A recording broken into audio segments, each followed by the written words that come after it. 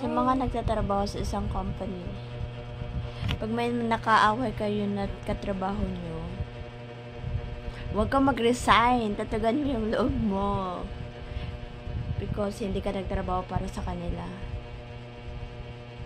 Because in a workplace, hindi lahat ng katrabaho mo is your friends. Okay? So, do your work, get paid, and go home. That's it. Diba? Well, yun naman talaga yung rason kung bakit tayo nagtatrabaho, para magkapera, makatulong sa pamilya. Hindi para sa katrabaho mo. Kaya, tatagan mo lang yung loob mo. Habang yung baby cord up ko is listening to me. Very chismoso. Tanda mo itong batang to.